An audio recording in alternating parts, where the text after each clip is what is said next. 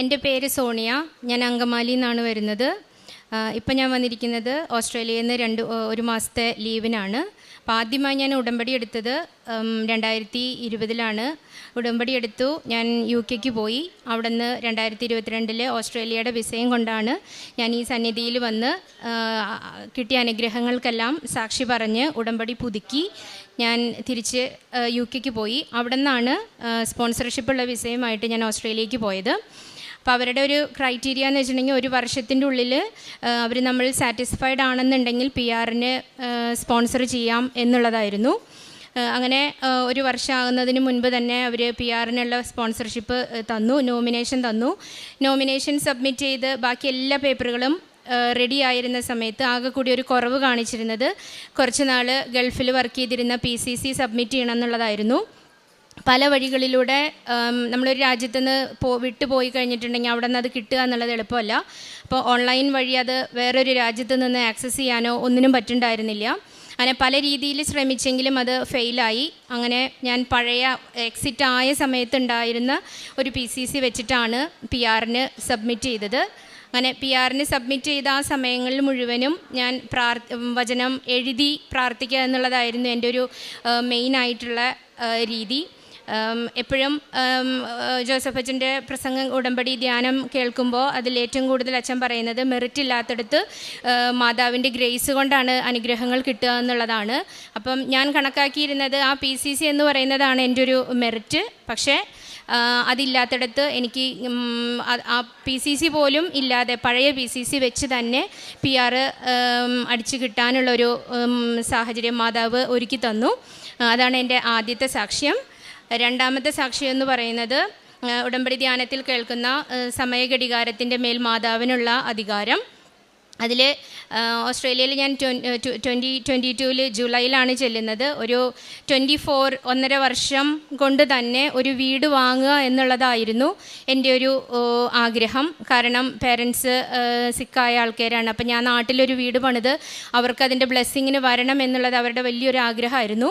അപ്പം നാട്ടിൽ വീട് വാങ്ങാൻ സാധിക്കില്ലെങ്കിലും അവിടെ ഒരു വീട് വാങ്ങണം എന്നുള്ളത്, ഇവരെ കൊണ്ടുപോകണം ആ ബ്ലെസ്സിങ്ങിന് എന്നുള്ളത് എൻ്റെ ഒരു വലിയ ആഗ്രഹമായിരുന്നു.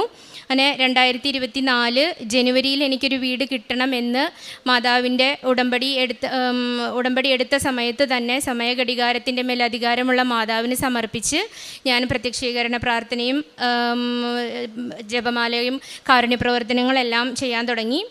അങ്ങനെ അവിടെ വീട് വാങ്ങുക എന്ന് പറഞ്ഞാൽ ഒരുപാട് സ്റ്റേജസ് കടന്നു പോകാനുണ്ട്. അങ്ങനെയുള്ള ഓരോ സ്റ്റേജും മാതാവ് ഓരോരുത്തരുടെ ഇടപെടൽ കൊണ്ട് തന്നെ എനിക്ക് പേപ്പർ വർക്കുകളെല്ലാം പൂർത്തിയാക്കി തന്നു. അതുപോലെ ഇവിടെ നിന്ന് ക്യാഷ് ട്രാൻസ്ഫർ ചെയ്യാമെന്ന് പറഞ്ഞു കഴിഞ്ഞിട്ടുണ്ടെങ്കിൽ അവിടെ ഭയങ്കര നമ്മളതിന് സോഴ്സ് കാണിക്കണം. അങ്ങനെ ഒത്തിരി ബുദ്ധിമുട്ടുകളുണ്ട് ഒരു വീട് വാങ്ങുക എന്ന് പറയുമ്പോൾ. അതെല്ലാം മാതാവ് വളരെ കൃത്യമായി സമയാസമയം അതെല്ലാം നടത്തി തന്ന് എനിക്ക് ജനുവരി 15 തന്നെ ഒരു വീട് വാങ്ങാനും ഫെബ്രുവരിയിൽ തന്നെ പേരൻസിനെ കൊണ്ടുപോയി ആ വീട് ബ്ലെസ്സിങ്ങിനെ അവരെ അതിൽ പങ്കെടുപ്പിക്കാനും മാതാവ് എന്നെ അനുഗ്രഹിച്ചു. പിന്നെ അത് രണ്ടുമാണ് എനിക്ക് ഈ സന്നിധിയിൽ പറയാനുള്ള 2 സാക്ഷ്യം. കാരുണ്യപ്രവർത്തികളുടെ ബേസിൽ ഞാൻ അവിടെ റെഡ് ക്രോസിലും വേൾഡ് വിഷനും എല്ലാ മാസവും ഡയറക്റ്റ് ഡെബിറ്റായിട്ട് $25 വെച്ച് കൊടുക്കാറുണ്ട്. അതുപോലെ ഞാനൊരു നഴ്സായിട്ട് വർക്ക് ചെയ്യുന്ന ഹോസ്പിറ്റലിൽ തന്നെ കൂടുതൽ പേഷ്യൻസിനോട് കാരുണ്യപ്രവർത്തികൾ ചെയ്യാനും അവരെ കൂടുതൽ സഹായിക്കാനും ഉള്ള സമയം കണ്ടെത്തി. മാതാവ് തന്ന എല്ലാ അനുഗ്രഹങ്ങൾക്കും കോടാനുകോടി നന്ദി. സങ്കീർത്തനങ്ങൾ 121 5 മുതൽ 8 വരെ. കർത്താവാണ് നിൻ്റെ കാവൽക്കാരൻ, നിനക്ക് തണലേകുവാൻ അവിടുന്ന് നിൻ്റെ വലതുഭാഗത്തുണ്ട്. പകൽ സൂര്യനോ രാത്രി ചന്ദ്രനോ നിന്നെ ഉപദ്രവിക്കുകയില്ല.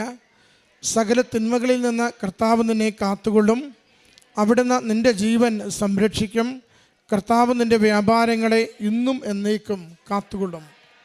സോണിയ ജോസ് എന്ന ഈ മകൾ ഗൾഫിൽ നിന്നും ഓസ്ട്രേലിയയിലേക്ക് തൻ്റെ ജീവിതവും ജോലിയും മാറുന്നതുമായി ബന്ധപ്പെട്ട് അമ്മ മാതാവിൻ്റെ തിരുനടയിൽ സമർപ്പിച്ച നിയോഗങ്ങൾ ഫലമണിഞ്ഞതിന് അമ്മയുടെ തിരുസന്നിധിയിൽ നന്ദി പറഞ്ഞുകൊണ്ട് സാക്ഷ്യപ്പെടുത്തുന്നു. മകൾ പറയുന്നുണ്ട്, ഓസ്ട്രേലിയയിലേക്ക് ജോലി മാറിയപ്പോൾ PR കിട്ടുവാൻ വേണ്ടി ഏറെ ക്ലേശങ്ങളുണ്ടായിരുന്നു. അത് മുൻപ് ജോലി ചെയ്ത ഗൾഫ് നാട്ടിൽ നിന്നും PCC ലഭിക്കുവാനുള്ള വിഷയമായിരുന്നു. എന്നാൽ മെറിറ്റ് നഷ്ടപ്പെടുന്നിടങ്ങളിൽ ദൈവകൃപ ഗ്രേസ് വർക്ക് ചെയ്യുമെന്ന് അച്ഛൻ നിരന്തരം നമ്മളോട് പറയുന്നതിൻ്റെ ഒറ്റ ബലത്തിലാണ് മകൾ ആ പി ആർ കിട്ടുന്നതിന് വേണ്ടിയുള്ള എല്ലാ പരിശ്രമങ്ങളിലും ഏർപ്പെട്ടത്. കാരണം കമ്പനിയും അവിടെ ഗൾഫിലുണ്ടായിരുന്ന കമ്പനിയും സാഹചര്യങ്ങളും ഒക്കെ മാറിപ്പോയതുകൊണ്ട് അവിടെ നിന്ന് ഒരു പേപ്പർ സർട്ടിഫിക്കറ്റ് ഒപ്പിച്ചെടുക്കുക മകൾക്ക് ഒട്ടും സാധ്യമായിരുന്നില്ല പോലും. എങ്കിലും അമ്മ മാതാവിൻ്റെ തിരുനടയിൽ ആ നിയോഗം തൻ്റെ കുറവുകളെ മുഴുവനും അറിയിച്ചുകൊണ്ട് നിയോഗം സമർപ്പിക്കുമ്പോൾ അമ്മ മാതാവ് PCC ഇല്ലാതെ തന്നെ PR ലഭിക്കുന്ന വിധത്തിൽ എല്ലാ മറ്റു കാര്യങ്ങളെല്ലാം ക്രമീകരിച്ച് കൊടുത്തുകൊണ്ട് ആ ഒരു പ്രോസസ്സ് സുഗമമാക്കി നൽകിയതിനെയാണ് മകൾ സന്തോഷത്തോടെ സാക്ഷ്യപ്പെടുത്തുന്നത്. രണ്ടാമത് മകൾ പറയുന്നത് അവിടെ ഒരു വീട് സ്വന്തമാക്കുന്നതിനെക്കുറിച്ചുള്ള വലിയൊരു സ്വപ്നത്തെയാണ്. മാതാപിതാക്കൾക്ക് അവിടെ ഒരു വീട് ശരിയാക്കുക, അവരെ കൊണ്ടുപോയി അതിൻ്റെ വെഞ്ചരിപ്പിൽ പങ്കെടുപ്പിക്കുക, അതിനുള്ള സാമ്പത്തിക സാഹചര്യങ്ങളെ ക്രമീകരിക്കുക, അതിന് വരാവുന്ന എല്ലാ പ്രയാസങ്ങളെയും തരണം ചെയ്യുക, അത് അമ്മയുടെ സംരക്ഷണയിലാണ് ഈ സാമ്പത്തിക മേഖലകളെയും ഈ ഭവന സംബന്ധമായ നിയോഗത്തെയും സമർപ്പിച്ചു കൊടുക്കുന്നത്. അമ്മ മാതാവ് ഓരോന്നും ഓരോരോ സമയത്ത് ക്ലിയർ ചെയ്ത് കൊടുക്കുകയും യാതൊരു ഭയവും യാതൊരു പ്രയാസവും പ്രതിബന്ധവും ഇല്ലാതെ ഏറ്റവും സുതാര്യമായി സുഗമമായി ആ ഭവനത്തിൻ്റെ നിർമ്മാണം പൂർത്തീകരിച്ചെടുക്കുവാനും നല്ല രീതിയിൽ അതിൻ്റെ ആശീർവാദ ക്രമത്തിലേക്ക് പ്രവേശിക്കുവാനും മകളെ സഹായിച്ചതിനെയാണ് മകൾ സാക്ഷ്യപ്പെടുത്തുന്നത്. പ്രിയമുള്ളവരെ, നമ്മൾ നമ്മുടെ ഭൗതികമായ ആവശ്യങ്ങളെ അമ്മ മാതാവിൻ്റെ കരങ്ങളിലേക്ക് ഉടമ്പടി നിയോഗങ്ങളായി എഴുതി കൊടുക്കുന്നു. അമ്മ മാതാവ് അൾത്താരയിൽ നിന്ന് നമ്മളെ നോക്കി ഒരു ചോദ്യം കൃത്യം ചോദിക്കുന്നുണ്ട്. ഞാനിത് നിനക്ക് തരുമ്പോൾ ഇത് എനിക്കിതുകൊണ്ട് എന്ത് പ്രയോജനമുണ്ടാകും? അമ്മ മാതാവിന് ഒരു നിയോഗം നമുക്ക് അനുവദിച്ച് തരുമ്പോൾ എന്ത് പ്രയോജനമുണ്ടാകും? അത് ശരിക്കും ദൈവസ്നേഹമുള്ളൊരു ജീവിതം കൊടുക്കുമെന്ന് മാതാവിന് വാക്ക് കൊടുക്കുവാനാവണം. നിത്യത വരെ അമ്മ മാതാവിനെയും ഈശോയെയും അനുഗമിക്കുമെന്ന് അമ്മ മാതാവിന് വാക്ക് കൊടുക്കുവാനാവണം. നമുക്ക് ലഭിക്കുന്ന നേട്ടങ്ങളെ ദൈവത്തെ മറക്കുവാനുള്ള കാരണങ്ങളാക്കാതെ ദൈവത്തെ പ്രഘോഷിക്കുവാനും ദൈവനാമത്തെ മഹത്വപ്പെടുത്തുവാനും നിരന്തരം നമ്മൾ ശ്രദ്ധിക്കുമെന്ന് അമ്മ മാതാവിന് വാക്ക് കൊടുക്കുമ്പോൾ ലഭിക്കുന്ന അനുഗ്രഹങ്ങൾ വേഗത്തിലാവും, ലഭിക്കുന്ന അനുഗ്രഹങ്ങൾ നിലനിൽക്കും. അത് കൂടുതൽ ദൈവനാമത്തെ മഹത്വപ്പെടും വിധം നമ്മുടെ ജീവിതത്തെ കൂടുതൽ സ്വസ്ഥതയിലേക്ക്, സന്തോഷത്തിലേക്ക്, സമാധാനത്തിലേക്ക് നയിക്കുകയും ചെയ്യും. അതുകൊണ്ട് ഉടമ്പടി പ്രകാരം ഓരോ അനുഗ്രഹം നേടുമ്പോഴും നമ്മൾ കൂടുതൽ ഉത്തരവാദിത്തമുള്ളവരായി മാറുന്നു. ദൈവസന്നിധിയിൽ നമ്മുടെ ജീവിതത്തെ, നമ്മുടെ സംസാരങ്ങളെ, നമ്മുടെ പെരുമാറ്റ രീതികളെ കൂടുതൽ കൗണ്ടഡ് ആകുന്നു, എണ്ണപ്പെടുന്നു. അതുകൊണ്ട് നമുക്കെപ്പോഴും പറയുവാനാവണം, എനിക്ക് അമ്മ മാതാവിലൂടെ ലഭിക്കുന്ന ഏറ്റവും ചെറിയ അനുഗ്രഹത്തിന് പോലും ഞാൻ കൂടുതൽ സന്തോഷത്തോടെ, വിശ്വസ്തയോടെ, സ്നേഹത്തോടെ മറ്റുള്ളവർക്ക് നന്മ ചെയ്തുകൊണ്ട് ദൈവനാമത്തെ പുകഴ്ത്തിക്കൊണ്ട് എൻ്റെ ജീവിതം സമർപ്പിക്കുമെന്ന്. അതിന് ദൈവം നമ്മളെ അനുഗ്രഹിക്കട്ടെ.